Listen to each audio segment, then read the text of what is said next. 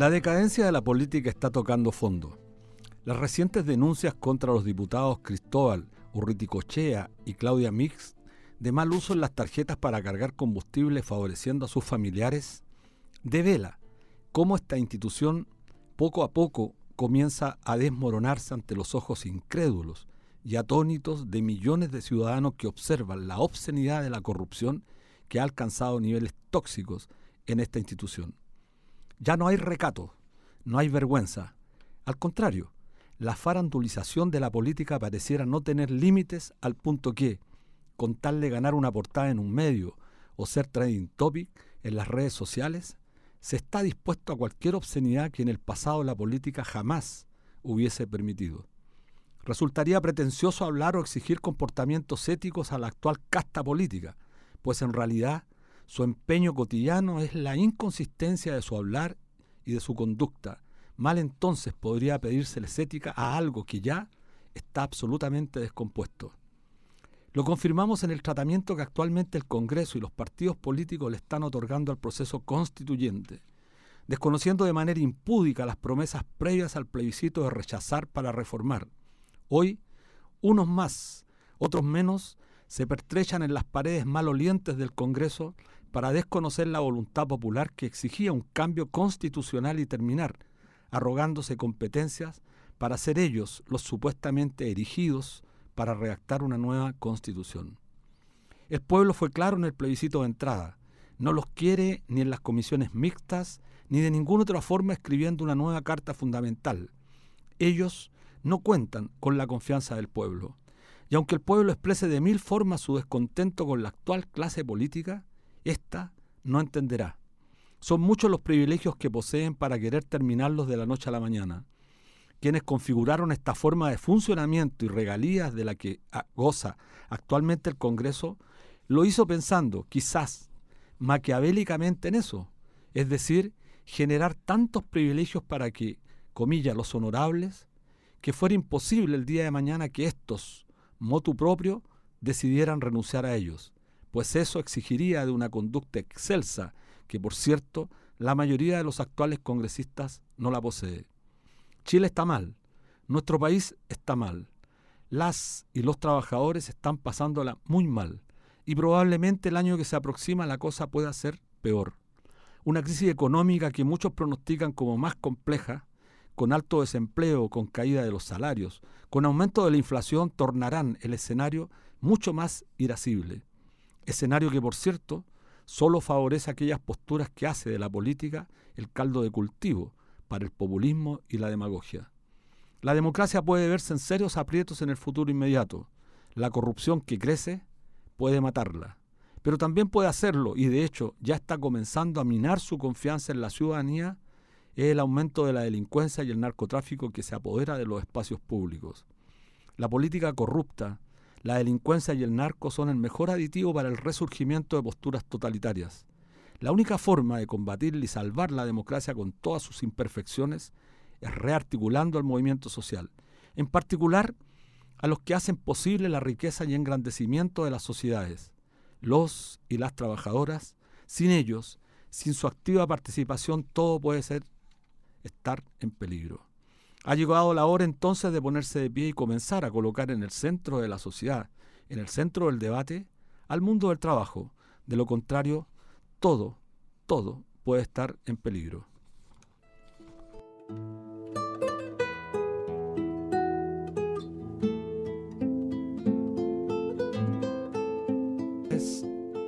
Buenas tardes, amigas, amigos, como todos los días viernes, una vez más en la Radio Universidad de Chile, la radio que piensa en el 102.5 FM, en un programa más de debate social, a través también de nuestra fanpage @.social, bajo la dirección de la periodista Ana Muga Sáez y de nuestra compañera Miriam Campuzano. ¿Cómo estás, Miriam?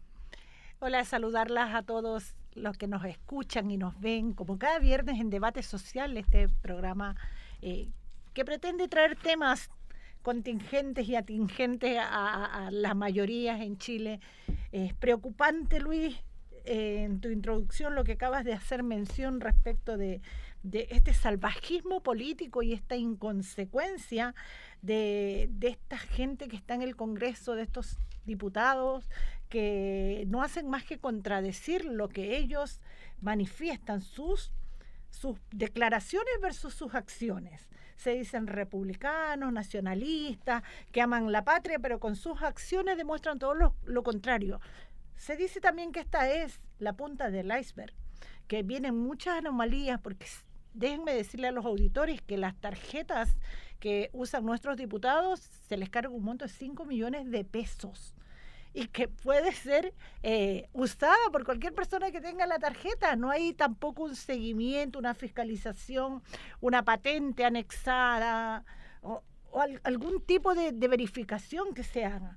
Y esto es de verdad vergonzoso, porque mientras, como tú decías, Chile está en una crisis total, una falta de empleo, nuestros diputados se dan el lujo de cargarle con gasto público la benzina de los familiares.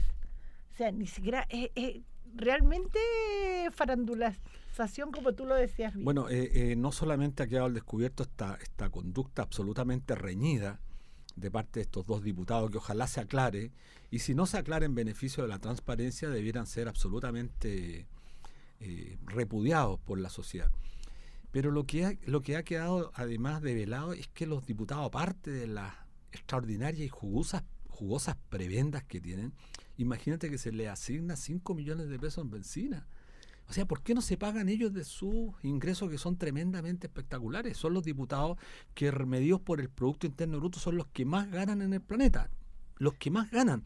Un diputado en los países nórdicos, yo estaba viendo la información, los países Suecia, Noruega, Dinamarca, ganan aproximadamente 12 veces menos de lo que gana un diputado en este país. 12 veces menos.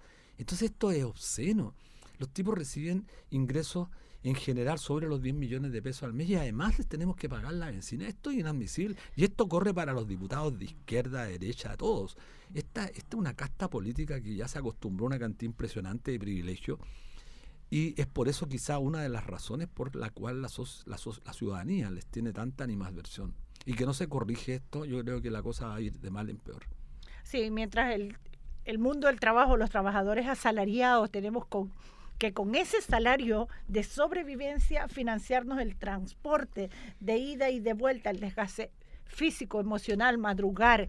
Acá en Santiago, centralizadamente, son 1:30, 2 horas de viaje, mientras ellos tienen todas estas regalías, más encima tienen viáticos. Sí, no, y además yo creo que es relevante también decirlo, los diputados, porque también creo que hay que tener cuidado con la generalización. Hay diputados, sí, por supuesto, hombres y mujeres que pueden ser muy honestos, pero debieran decir algo, porque el silencio de los diputados y diputadas respecto a estos actos absolutamente reñidos con la práctica que tiene cualquier trabajador común y corriente, es al fin de cuentas una complicidad. Es decir, quien calla también está validando estos actos. Entonces, aprovechamos a través de esta importante radio, de este importante medio de comunicación, bueno, interpelar a los diputados que se sientan honestos a que se pronuncien sobre el particular. O sea, que condenen estas prácticas. De lo contrario, quien guarda silencio al final está siendo absolutamente cómplice de estas prácticas. Bueno, sin duda esa será la petición desde este programa Debate Social para todos los honestos que están gobernando hoy.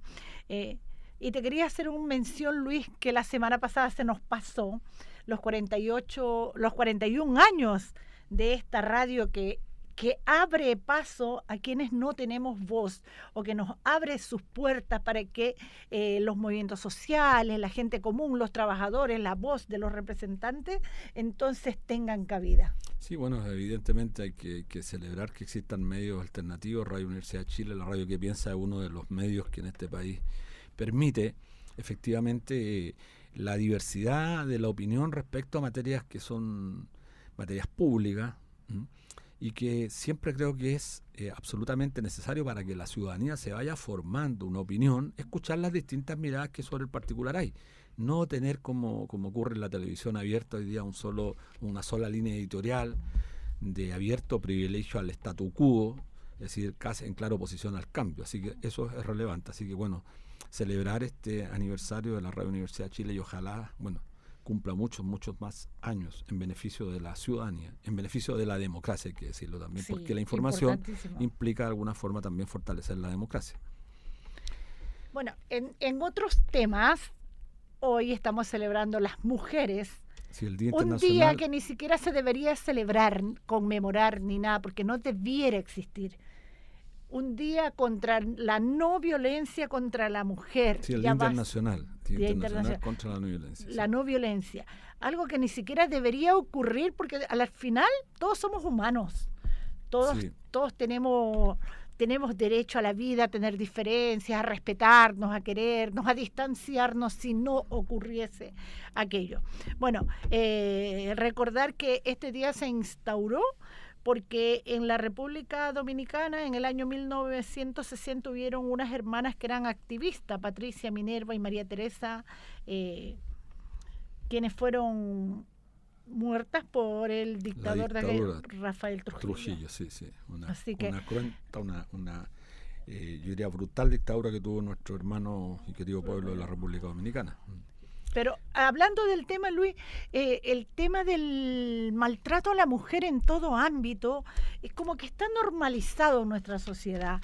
Es una discriminación, una violencia al género femenino en todas sus relaciones sociales, familiares, laborales, personales, y eso debería de llamarnos a tomar conciencia de que no está bien. Por supuesto. Sé que sí. Las conductas aprendidas son más difíciles de desnaturalizar, pero debería ser así. Y ni hablar en instituciones generalizadas como las Fuerzas Armadas de todas, pero desde nuestra coordinadora NOMAS AFP estamos en una campaña que también nos parece que es discriminación a la mujer. La PGU, si bien va a ser financiada con recursos públicos, en este momento está obligando a la mujer a esperar a que llegue a los 65 años para entonces acceder a ese beneficio. Sí, bueno, la violencia, es muy importante este Día Internacional contra la Violencia a la Mujer, porque coloca en el centro del pensamiento y del debate y qué entendemos por violencia hacia la mujer. Bueno, la más brutal, por supuesto, y que hay que rechazarla y buscar todos los mecanismos para que esto de una vez por todas termine, que tiene que ver con aspectos culturales, la violencia física contra las mujeres, que termina generando estos femicidios que son ya francamente inaceptables, pero bueno, siguen ocurriendo. Entonces el problema es cómo se aborda esto, yo diría, de manera más enérgica. Pero además también hay que condenar todo tipo de violencia, y aquí cae la violencia,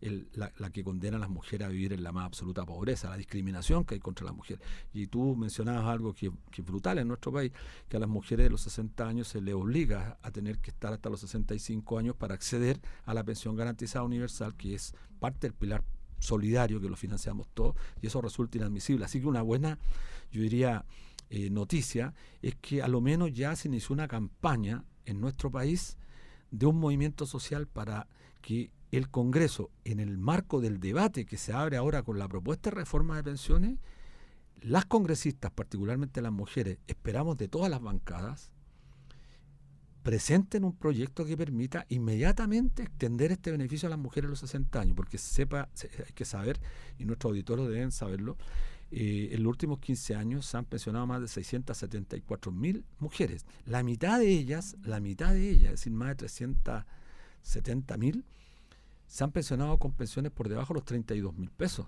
Y eso es inadmisible. Entonces, obligan a la mujer a estar trabajando más de 5 años para recibir, bueno, la pensión que hoy día está en 193 y fracción.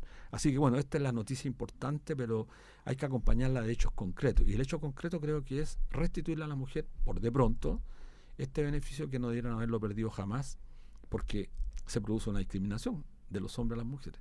Y vaya nuestro reconocimiento al género femenino, que es la encargada de reproducir la sociedad, la que se encarga del embarazo, del parto, del cuidado de enfermos, del postrado. En su mayoría, no digamos que los hombres no se hacen cargo. Conozco casos que el hombre también aperra, pero en menor escala. Claro, así que este día, como lo decía al principio, ni siquiera debería existir. Oye, bueno, veamos otros temas. Está el tema grave de los camioneros, que una vez más este gremio tan peculiar en nuestro país ha demostrado a lo largo de la historia. Bueno, lo más trágico fue en octubre del 72 contra el gobierno constitucional de Salvador Allende, un gremio de corte absolutamente nacionalista, va a decirlo elegantemente, neofascista en realidad, tendría que ser el término más apropiado, que actúa corporativamente, y eso es parte de la estrategia del neofascismo, el corporativismo, es decir, que luchan usando todos los medios, los instrumentos de los que disponen para privilegios de un sector de la sociedad en detrimento de la gran mayoría, y que siempre, y eso hay que decirlo importante para nuestros auditores, el neofascismo y el fascismo en el pasado contó siempre con el apoyo de la derecha. ¿Sí? Hitler, Mussolini llegaron al poder no por obra y gracias al Espíritu Santo, llegaron apoyados justamente por los partidos de la extrema derecha o de la derecha. Bueno, y hoy día en Chile lo que está ocurriendo con el paro de los camioneros es un atentado abiertamente ya a la democracia. Mañana, sábado, entiendo, hay una convocatoria por parte del Partido Republicano en la Plaza de la República en Concepción, donde están convocando los camioneros con el Partido Republicano. ¿Qué alianza más evidente de que aquí, más que movimiento de carácter económico, hay razones de carácter político? Porque si fuese por razones de carácter económico, por supuesto que hay otros sectores de la sociedad que están pasándola mucho, pero mucho más mal.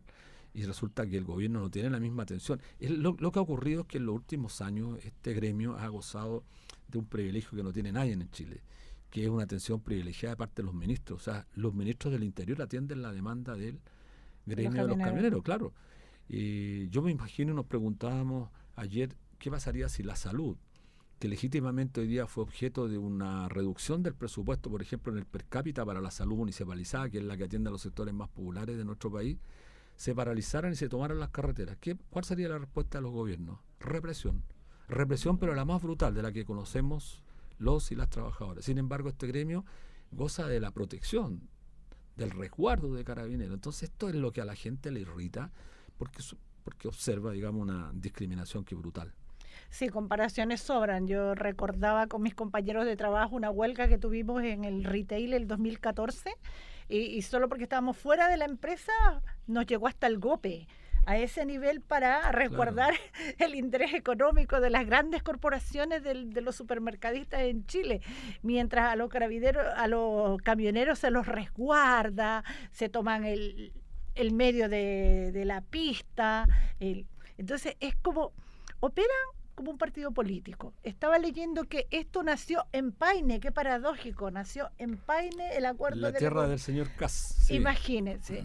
Y el nacionalismo y todo se le va a la espalda porque no están pensando que van a producir un sobreprecio a un país que está sin empleo, que no tiene ingreso, y va a producir también el acaparamiento de algunos y el desabastecimiento para otros. Sí. Entonces, se les cae como siempre este doble discurso que tiene. Sí, un tema que me parece importante antes de ir a la pausa, luego vamos a estar con un invitado importante, economista de Fundación Sol. Aprovechar de saludar a Fundación Sol, que ayer estuvo de cumpleaños, cumplió los 15 años.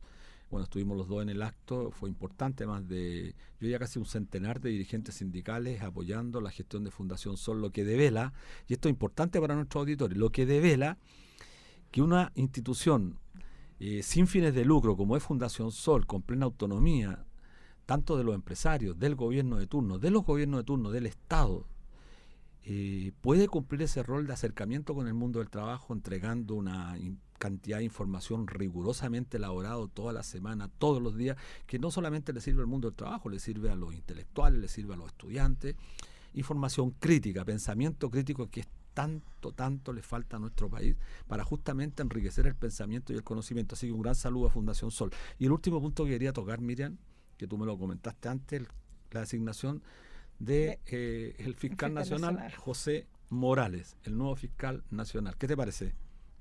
Bueno, decir que estuvimos ahí investigando al fiscal nacional y a propósito del tema de la Polar, aquí vamos a farandulizar un poco la Polar.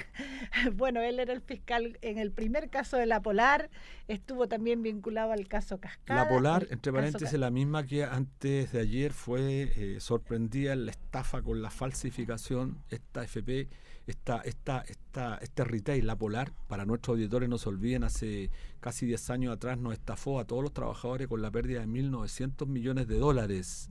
¿Quién era el responsable? René Cortázar, ¿se acuerdan de René Cortázar?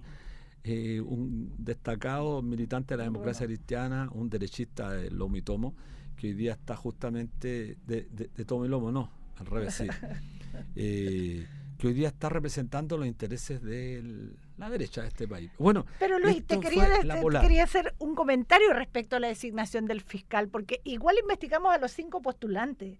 ¿Qué pasa en Chile? No que había todo, por dónde, claro, no había por dónde. No había ninguno que pase la prueba de la blancura. Claro. Entonces es gravísimo. Gravísimo. Los 5 eran tan malos para los intereses de la ciudadanía que no había por dónde elegir. Pero entonces había un recurso que hoy día lo discutíamos entre varios académicos, gente del movimiento social. Boric, el presidente, podría haber cuestionado y no haberse sometido a esta designación de un poder, porque resulta que estamos en un régimen presidencialista donde la máxima autoridad del país es el presidente de la República. Y si otro poder del Estado, la Corte Suprema, le manda 5 candidatos, los cuales son absolutamente discutibles, porque no cumplen con el estándar mínimo que requeriría un fiscal, entonces tendría que haberlo rechazado los 5 y haberle pedido a la Corte Suprema que nuevamente le enviara 5 candidatos. Generar un conflicto en este país, parece que se le tiene miedo al conflicto, y lo que pasa es que con este actuar del presidente finalmente termina, desgraciadamente, sometiéndose a lo que otros poderes del Estado le imponen, pero sobre la base de un estándar absolutamente, yo diría, negativo, que lo único que busca y consigue es justamente mantener el statu quo, mantener todo como está. Hacer algo para que nada cambie. Así es. Se me quedó algo en el tintero, pero no sé si me lo quieres contar. Era el tema de los dichos de Juan Sutil, que me parecieron también gravísimos, que tiene que ver con la política y que nos interesa. Sí, bueno, lo vemos lo conversamos con González, sí, lo de Juan Sutil. Sí. Nos vamos a un corte musical.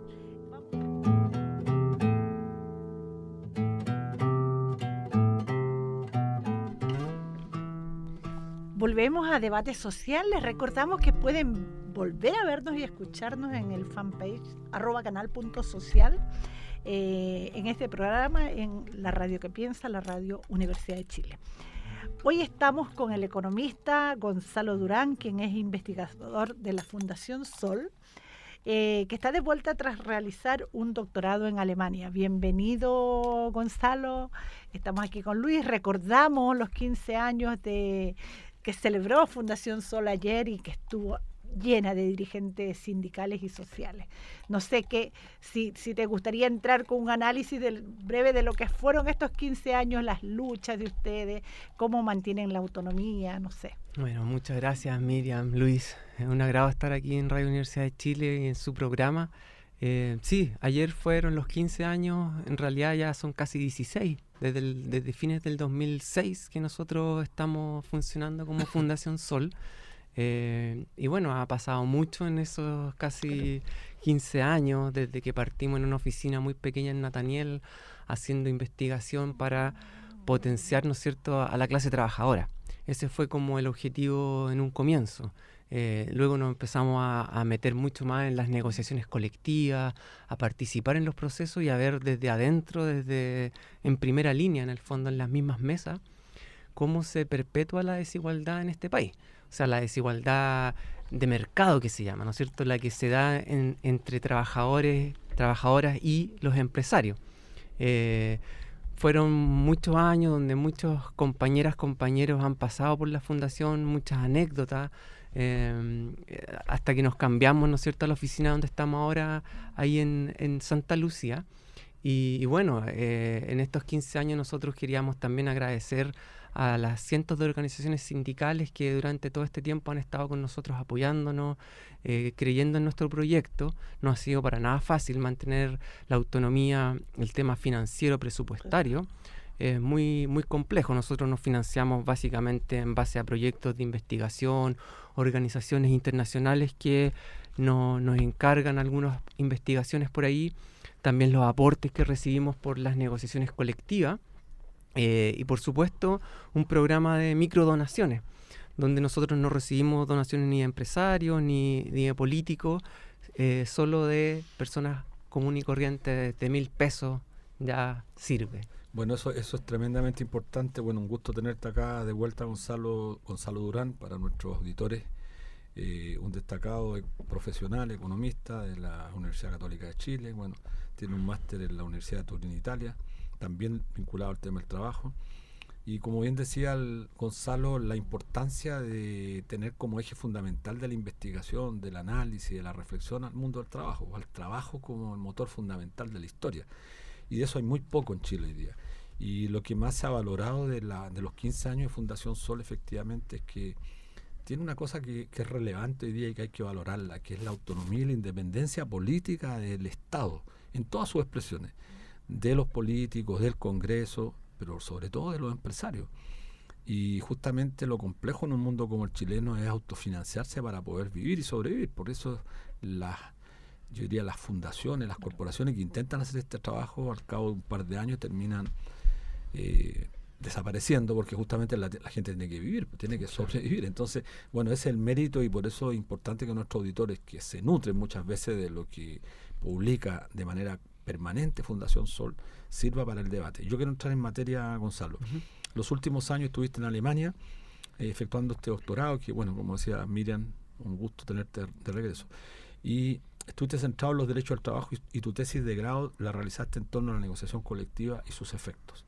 Conversemos un poco sobre este tema. ¿Cómo se dan las relaciones laborales en esta tremenda potencia europea? Alemania, para nuestros auditores, la gran mayoría lo sabe, pero Alemania es la locomotora, como se dice, de Europa, el país de más desarrollo, más que Francia, más que el Reino Unido, más que Italia.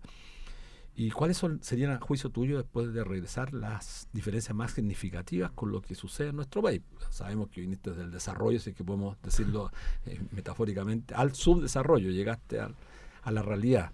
Sí, bueno, esto de ver experiencias, yo creo que hay que mirarlo, claro, con cautela. Uno siempre va a ver un poco cómo las otras sociedades han podido enfrentar los desafíos, por ejemplo, de lo que significa el tema de la desigualdad, pero de ahí a tratar de trasplantar experiencia, eso también es bastante como complejo.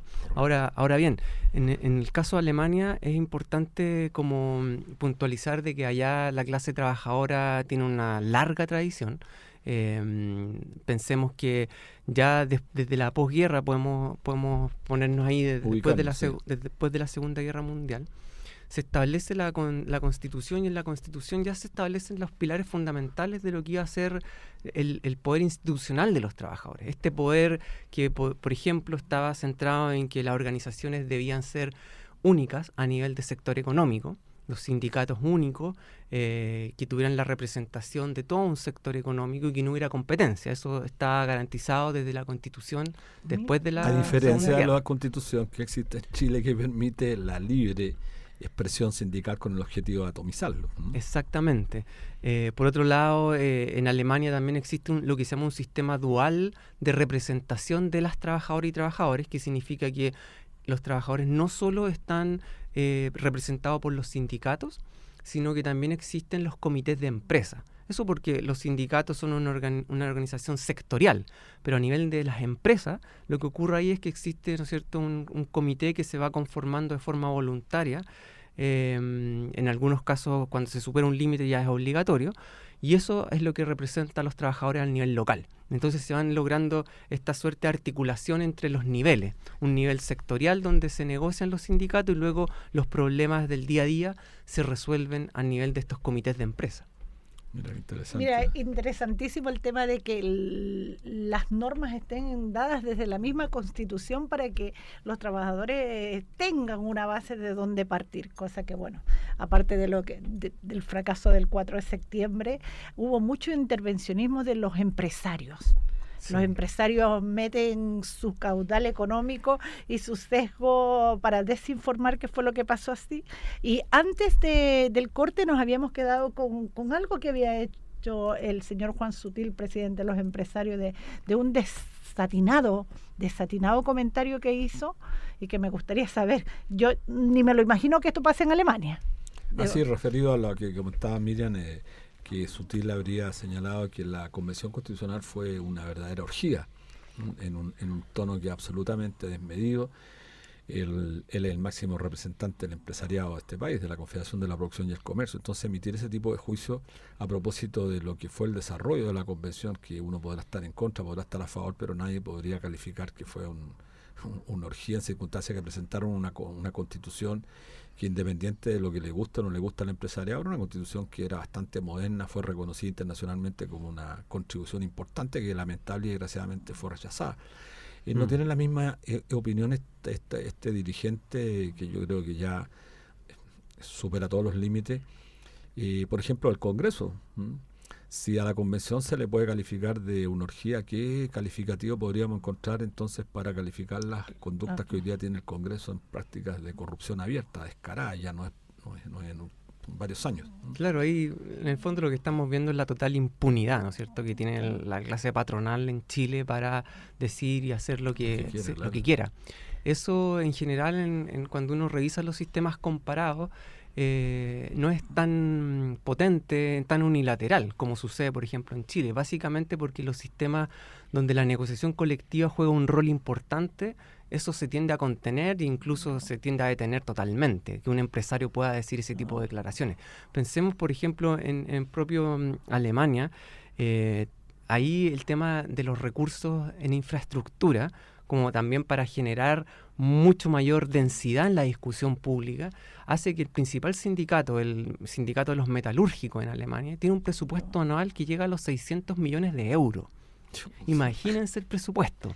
Imagínense son los sindicatos pobres de acá. Imagínense lo que eso significa en términos de generar tanques de pensamiento, claro, que generan investigación eso todo es lo el día. Importante, pensamiento y conocimiento. Claro que no siempre el conocimiento emana de la academia o de la clase empresarial. El mundo del trabajo también interviene, generando conocimiento. El mundo del trabajo tiene en el fondo el poder para dirigir cuáles van a ser las líneas de investigación, que es precisamente lo que hoy en día tanta falta hace, y que las cámaras empresariales en Chile sí lo tienen y pueden influir en estas opiniones, en los medios de comunicación. En el debate de la política pública, por ejemplo, claro que los trabajadores están absolutamente huérfanos, y por eso celebramos tanto, y celebramos, no porque estés tú aquí, el tema de Fundación Sol, que es una fundación pequeña aún, pero como bien dices tú, hay sindicatos poderosos. Yo conozco algo el sindicato Verdi, que en su momento determinado también en Alemania jugaba un rol importante, porque además la negociación colectiva, y hay que decirlo a nuestros auditores, juega un rol importante en la redistribución del ingreso. Pero no solamente, pero al generar un aporte importante a la redistribución del ingreso, contiene la concentración brutal del ingreso. Claro, ahí lo que tenemos es una cuestión que ha sido muy investigada afuera, pero que aquí a veces se olvida, que básicamente cuando uno se preocupa por tener alta cobertura en la negociación colectiva. Claro. ¿Qué significa la cobertura para los que nos están escuchando? Es que las y los trabajadores tengan un contrato colectivo de trabajo, que esté mediado, ¿no es cierto?, por una organización sindical, y que eso los proteja y pueda formar salario. Para lograr una alta cobertura, digamos un porcentaje superior al 70%, que eso ya es muy alto, para lograr ese tipo de porcentaje necesariamente tienes que tener una negociación colectiva que funcione a un nivel de sector económico o más allá de la empresa. De hecho, en las investigaciones que yo consulté para hacer esta tesis, no hay ningún país, no existe experiencia donde la negociación colectiva a nivel de empresa logre porcentajes mayores al 20%. Eso no existe. O sea, cuando acá la expresidenta Bachelet en su momento dijo, hagamos una reforma al Código del Trabajo para aumentar los niveles de negociación colectiva, para hacer esto más inclusivo, en realidad eso era una falsa promesa si es que uno no modificaba el nivel de la negociación. Porque es imposible que bajo un sistema donde se negocia a nivel de empresa, incluso a nivel de RUT, ¿no es cierto?, esta figura jurídica, se puedan lograr niveles superiores al 20%. Eso supone necesariamente modificar justamente lo que está establecido en la Constitución, porque hay que superar el marco estrecho de la negociación limitada o remitida solamente a la empresa. Mientras existe esa lógica en este país, la redistribución del ingreso va a seguir siendo una suerte de quimera, un sueño, porque no se va a poder resolver, porque la negociación colectiva es lo único, como bien decías tú. Yo te quiero preguntar en esa misma línea, Gonzalo, porque también creo que hay mucha mitología en este país. El rol del Estado para garantizar efectivamente que la relación entre empresarios y entre trabajadores cumple el rol que la sociedad requiere. ¿Cuál es el rol del Estado en estos países, y particularmente en Alemania? Sí, bueno, ahí en general en la Constitución alemana lo que hace es potenciar la autonomía de las partes, en el sentido de que sean los actores los que decían, por ejemplo, el nivel al cual se negocia. Libertad sindical. Libertad sindical. No intervenir en eso. Entonces, yo también en la tesis investigué el caso de Uruguay, como para tenerlo también a la vista. Y en Uruguay también existe esta idea de la negociación colectiva por rama de actividad económica, donde prácticamente el 95% de las y los trabajadores negocian colectivamente. Y ahí también el rol del Estado, si bien participa en lo que son los consejos de salario, también protege lo que es la autonomía entre las partes. Cosa que no sucede, ¿no es cierto?, como ustedes bien saben, en el caso chileno, que más bien lo que hace es apretar a la contraparte de los trabajadores, a la parte más débil. A la parte más débil. Y ahí yo quería solamente comentar algunas cifras para que nuestros auditoras nos puedan ir siguiendo. Por ejemplo, los sistemas inclusivos de negociación colectiva, donde se negocia por rama, vemos casos como Austria, 98%, Francia, 94%, Bélgica, 92% de negociación colectiva. Esa cobertura. Cobertura. Todos los trabajadores que están afectados. Todos los que están afectados. Finlandia, 90%, Islandia, 86%, Holanda, 80%. O sea, todos esos casos se negocian más allá de la empresa. Por lo tanto, si nosotros queremos aumentar la cobertura, necesariamente tenemos que aumentar el nivel. Y lo otro que la investigación retrató de manera perfecta es que en aquellos países donde se negocia a nivel sectorial, la distribución del ingreso es más igualitaria. Y eso no es una simple coincidencia, sino que existen mecanismos a través de los cuales esto se logra, precisamente porque la negociación colectiva, cuando es más allá de la empresa, permite, ¿no es cierto?, subir a todos al mismo barco, lo que son las pequeñas empresas, los trabajadores que laboran ahí. Pensemos en el caso uruguayo. Ahí la tasa de sindicalización quizás es de cerca de un 40%, las personas que están sindicalizadas, pero finalmente los que negocian es casi el 100%. Entonces lo que hace es arrastrar precisamente a los que no pueden sindicalizarse. Y con eso el salario, ¿no es cierto?, sube y la distribución del ingreso y de poder también se mejora. Yo te quería hacer una pregunta. Aquí se ha dilatado mucho el tema de las 40 horas y bueno, ya estamos entrampados hace rato. ¿Cuál es la jornada de trabajo en Alemania? Y por otra parte, el tema de la seguridad social.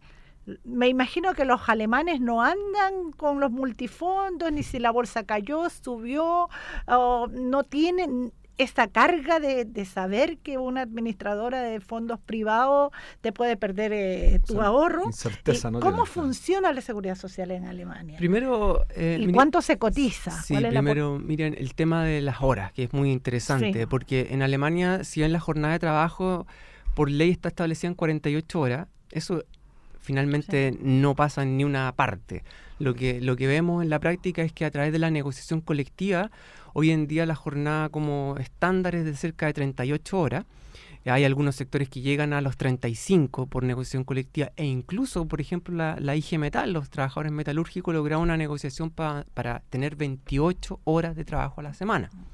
Entonces, ahí también volvemos a lo que hablábamos anteriormente, lo de la autonomía de las partes y cómo finalmente a través de la negociación colectiva se logra eso de reducir la jornada o generar pactos de flexibilidad, pero mediados por el actor sindical. Claro, y que favorezcan al mundo del trabajo. Acá los pactos de estabilidad son para extender la jornada. O sea, que no escuchan las 48 horas si no quieren volver a eso. Sí, exactamente. Y el tema de la seguridad social y el aporte. Sí, el tema de la seguridad social ahí es muy también interesante porque en Alemania funciona bajo un mecanismo también de beneficio definido, ¿no es cierto? Estos sistemas de reparto de los estados de bienestar todavía está presente.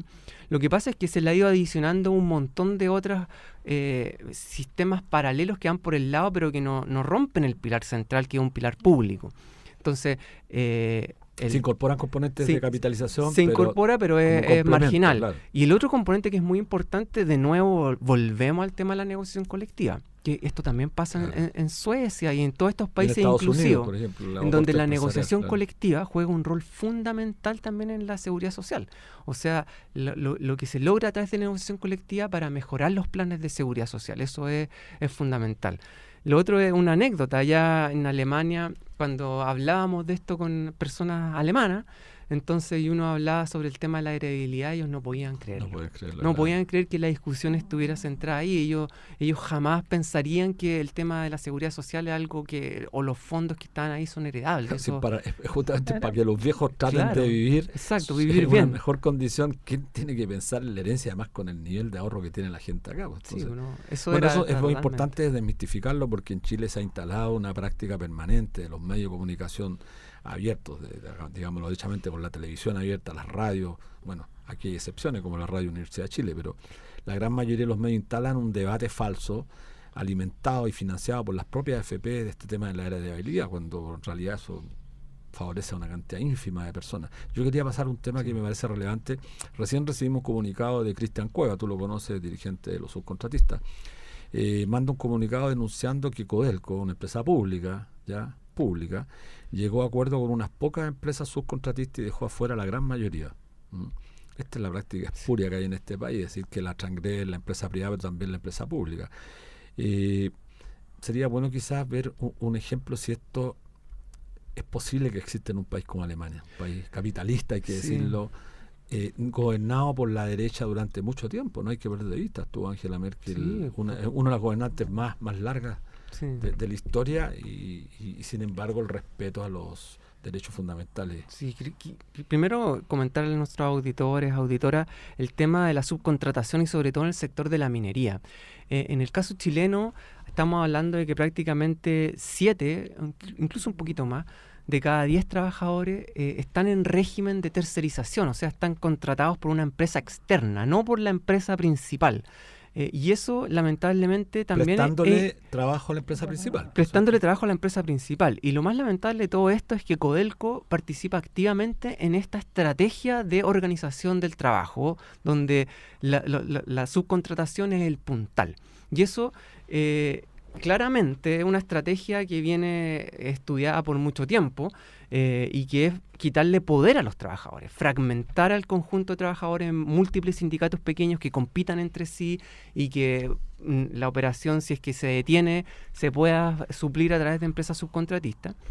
Y eso es algo que es bastante particular, sobre todo en el caso chileno, cuando hablamos de lo que es la subcontratación in situ y del giro, que es lo que pasa precisamente en la minería del cobre en Chile. ¿Qué significa in situ? Que pueden haber trabajadores de primera y segunda categoría trabajando en el mismo espacio de trabajo. Como por ejemplo aquí en la radio hubiera unos trabajadores que son de una empresa, de otra, y todos acá.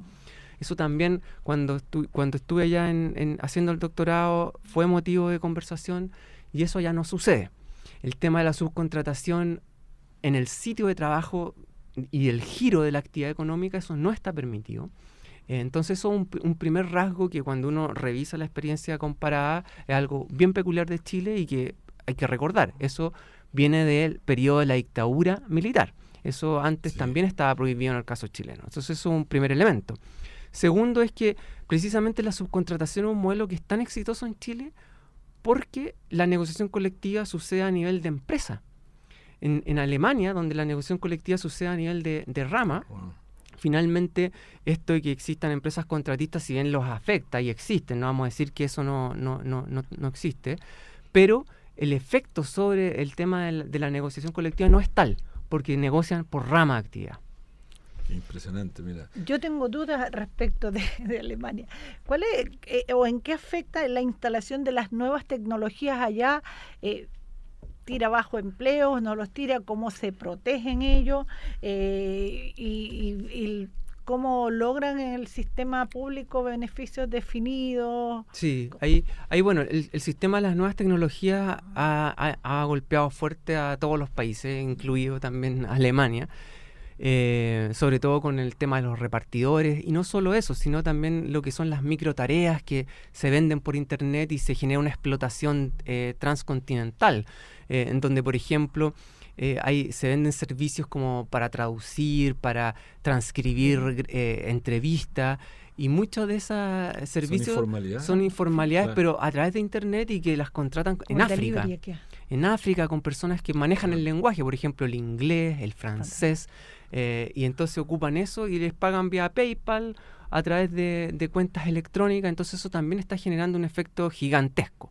Pero el punto positivo es que los sindicatos, a través de su poder de infraestructura, estos recursos que hablábamos recién, los 600 millones de euros como presupuesto que tiene la IG Metal, generan instancias para tratar de contener y regular y también proteger a estos trabajadores. Entonces eso también tratan de llegar fuertemente con campaña. Lo mismo sucede con las migrancias, los trabajadores migrantes. Eso quería preguntarte, Gonzalo, porque me recuerdo cuando partimos las grandes movilizaciones en Chile el año 2016 con ocasión de cuestionar el sistema privado de ahorro forzoso en Chile. Ese año Alemania mejoró, después de 20 años, me recuerdo muy bien de la cifra, un 5% el total de las pensiones de los alemanes.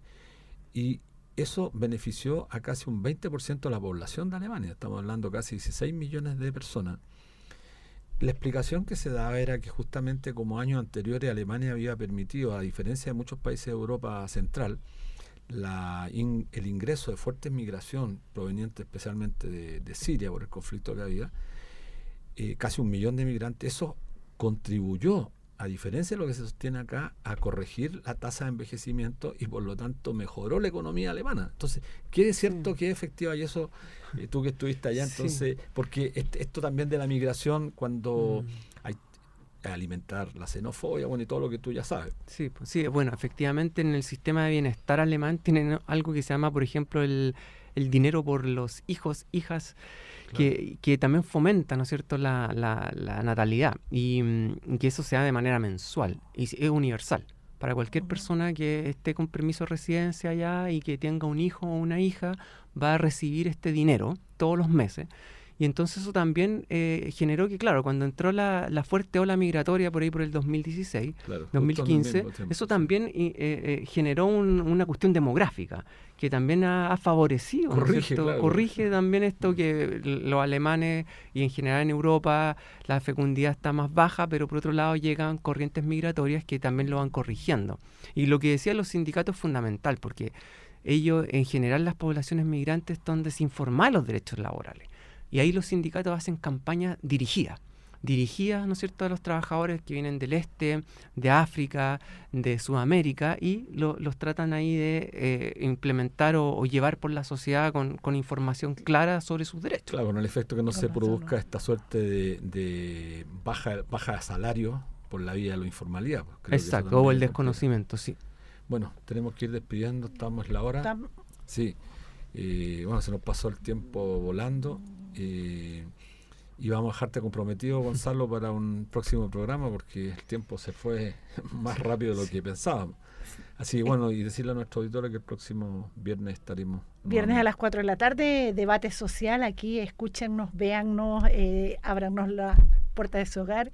Y muchas gracias, felicitaciones a Fundación Sol, a seguir con todo el ahínco hacia adelante. Muchas gracias. Muchas gracias por la invitación. Gracias.